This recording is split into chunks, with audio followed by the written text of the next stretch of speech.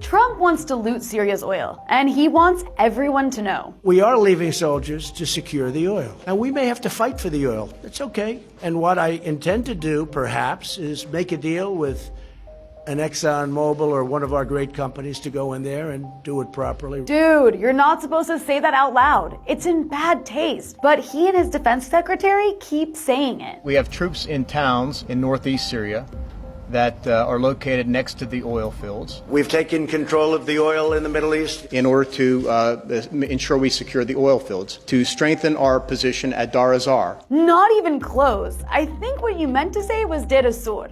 But please continue. Our forces will remain in the towns that are located near the oil fields. We've secured the oil, and therefore a small number of U.S. troops will remain in the area where they have the oil. This all comes after Trump greenlit a Turkish invasion of northeast Syria and withdrew U.S. troops, sending Washington into meltdown mode as Turkish-backed Syrian jihadists, formerly armed by the U.S., began slaughtering Kurds in Syrian towns under the control of the YPG. It was a huge embarrassment for the regime change cheerleaders who spent years demanding we arm the so-called moderate rebels, especially after it was revealed that 21 of the 28 groups fighting for Turkey against the Kurds had been armed by the U.S. Oops. And then the U.S. reportedly killed ISIS leader Abu Bakr al-Baghdadi in Idlib of all places. The same Idlib that the media kept telling us was the epicenter of some sort of democratic Syrian revolution. The same Idlib which the U.S. was protecting for years from Syrian and Russian military campaigns against the jihadist groups that rule the area. It's been a tough month for the foreign policy blob. First, an American withdrawal, then they find out their moderate rebels suck.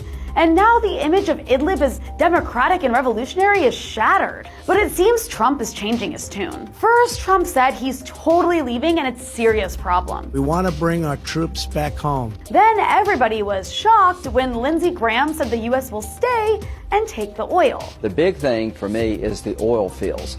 President Trump is thinking outside the box. I was so impressed with his thinking about the oil. Initially, it seemed Trump was just trying to placate angry Republicans who were attacking him for abandoning the Kurds and letting ISIS return. But then the U.S. military convinced Trump to keep a residual force. So now Trump is insisting that the U.S. is going to stay in Syria to make money off of the oil. Aside from this being arrogant and imperialist, it's totally unfeasible for the U.S. to actually take the oil. First of all, it's not legal. You can't just go around taking other countries' resources like it's 1800. For the president to suggest that we will invite U.S. oil companies in, that violates international law. That oil belongs to the Syrian government, whether we like the Syrian government or not. And no oil company will agree to work illegally in Syria, especially knowing that the U.S. military presence is temporary. Second, it's geographically impossible. The oil fields in question are in an Arab area. Dar es-Zar. Yeah, that's the one.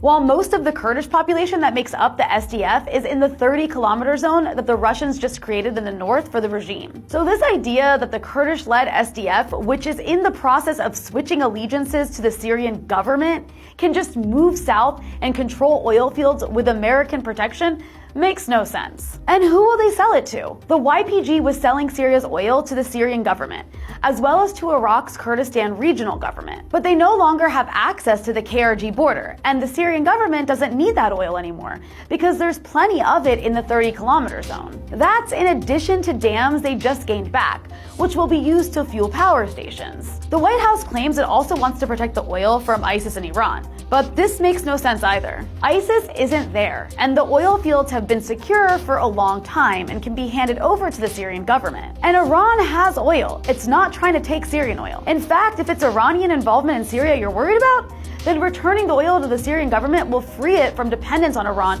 for economic and fuel support. Whatever the case, Trump is like a cartoon of U.S. imperial hubris. But we're keeping the oil. Remember that. I've always said that. Keep the oil. We want to keep the oil. $45 million a month. Keep the oil. We've secured the oil. Looting the resources of other countries is what empires do. It's what America does.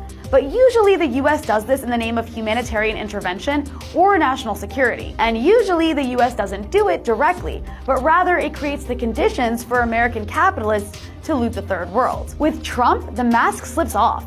There's no pretending that it's about helping the locals. It's straight up in your face pillaging without shame.